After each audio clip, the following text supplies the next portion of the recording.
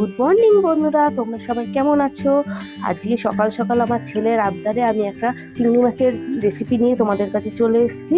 এই রেসিপিটা তোমাদের সঙ্গে শেয়ার করছি। এইটা দেখে তোমরা বলো এই রেসিপিটার নাম কি, তোমরা কমেন্ট বক্সে অবশ্যই জানিও। প্রথমে আমি চিংড়ি মাছটা ভালো করে পরিষ্কার করে ধুয়ে নুন হলুদ মাখিয়ে নিয়েছি। আমার কাছে এরকম ছোটো ছোটোই চিংড়ি মাছ আছে, তোমরা এর থেকে বড় চিংড়িও নিতে পারো, বিভিন্ন সাইজের চিংড়ি নিতে পারো। এবার চলো দেখি এটা কি করে আমি তৈরি করব। প্রথমে আমি একটা টাইট কৌটো নিয়ে নিয়েছি। এর মধ্যে আমি খানিকটা কালো সর্ষে, সাদা সর্ষে, পোস্ত, কাঁচা লঙ্কা বেটে রেখেছি। সেই পেস্টটা আমি প্রথমে দিয়ে দেবো এর মধ্যে।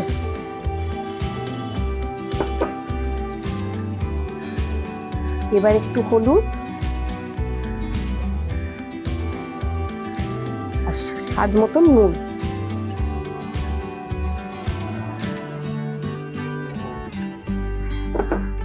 আর খানিকটা সর্ষের তেল দিয়ে দিতে হবে।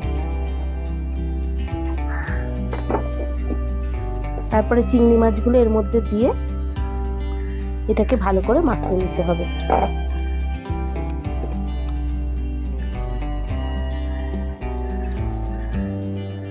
সবকটা ভালো করে মাখিয়ে নিয়ে এর মধ্যে কিছু স্লাইস করে কেটে রাখা লঙ্কা আর কিছু টমেটো দিয়ে দিলাম।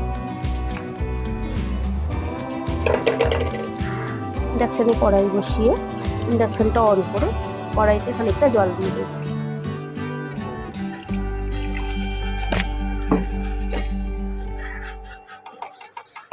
জলটা একটু গরম হয়ে গেলে কৌটোটা ভালো করে টাইট করে চাপা দিয়ে এই জলের মধ্যে বসিয়ে দেবো।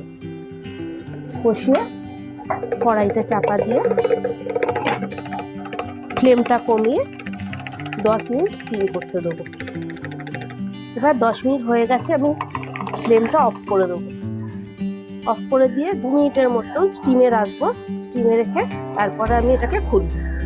এবারে এর ওপর থেকে একটু ধনেপাতা ছড়িয়ে দিলাম। ব্যাস, আমার রান্না কমপ্লিট। তোমরা দেখে কিন্তু কমেন্ট বক্সে অবশ্যই লিখবে এর নামটা। আর তোমাদের যদি ভালো লাগে একটা লাইক, শেয়ার এবং কমেন্টস করো।